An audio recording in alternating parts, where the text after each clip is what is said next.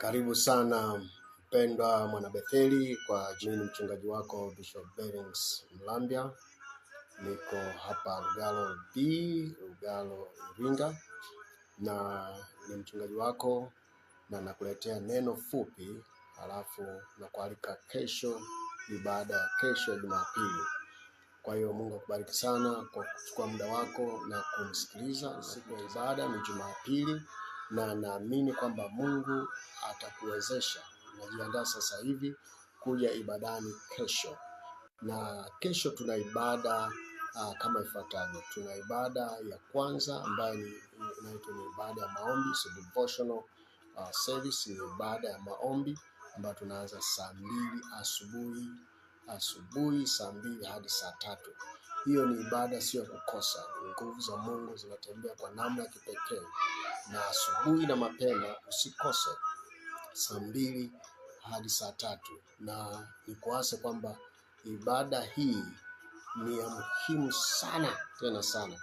Kwa hiyo baada ya hapo tutakuwa na ibada ya pili ambayo ni ibada ya wanafunzi, ibada ya kujifunza neno la Mungu kuanzia saa 3 hadi saa 4 asubuhi. Saa 3 hadi saa 4 asubuhi, ambayo tunachambua Biblia vilivyo. Tunajifunza neno la Mungu kama lilivyo. Na kuanzia saa 4:10 hivi hadi saa 6:30, tukichelewa sana mpaka saa 7, tutakuwa na ibada ya sherehe. Ibada ya sherehe ni ibada ya pamoja, ambapo tunakuwa na ibada ya pamoja. Ni ibada yenye nguvu sana, na waimbaji wamejiandaa, wana praise wamejiandaa. Ni ibada ambayo huhitaji kukosa. Jumapili kama hii sisi ni shangwe na sherehe kumsherehekea Bwana wetu Yesu Kristo.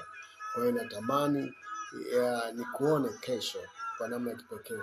Na wala ambao mko mbali, wala msihofu, tutakuwa live kwenye Facebook hii hapa, na Mungu atakutana na wewe. Mungu hazuili na umbali, kokote uliko Mungu yuko pamoja na wewe. Let me pray, na niombe sasa. Mungu akubariki sana. Baba, katika jina la Yesu Kristo, ninaomba kwa ajili ya ndugu yangu huyu ambaye anakuhitaji kwa namna ya kipekee sana. Wengine hawajaokoka, anakuhitaji leo akutane nawe kwa namna ya kipekee sana. Kama hujaokoka mahali hapo ulipo, ninakuombea sasa neema ya wokovu. Na kama wewe ni mgonjwa, nakuombea neema ya uponyaji. Kama hujaokoka sasa, kili ndani yako, nifuatishe maneno haya kifupi tu. Sema: Bwana wangu Yesu Kristo, nakuja mbele zako, mimi mwenye dhambi, unirehemu, unisamehe. Kuanzia leo nakiri ya kuwa wewe ni Bwana na Mwokozi wa maisha yangu. Futa jina langu katika kitabu cha hukumu, na andika jina langu katika kitabu cha uzima. Naomba unipokee katika jina la Yesu Kristo.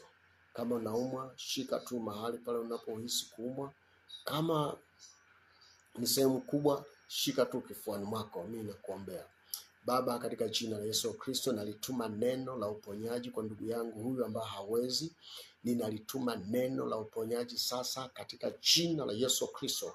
Ewe ugonjwa unasikia, ninakung'oa katika jina la Yesu Kristo. Kila magonjwa kwa majina yake, kuanzia utosini hadi kwenye nyayo, yakanyamaze kimya katika jina la Yesu Kristo. Kuanzia sasa wewe ni mzima, wewe ni mzima, kwa sababu neno la Mungu linasema kwa kupigwa kwake Kristo sisi tuliponywa. Na sasa nakuombea uzima uwe juu yako, na ukamshuhudie Kristo kesho kwamba Mungu amekuponya. Katika jina la Yesu Kristo naomba na kushukuru. Amen.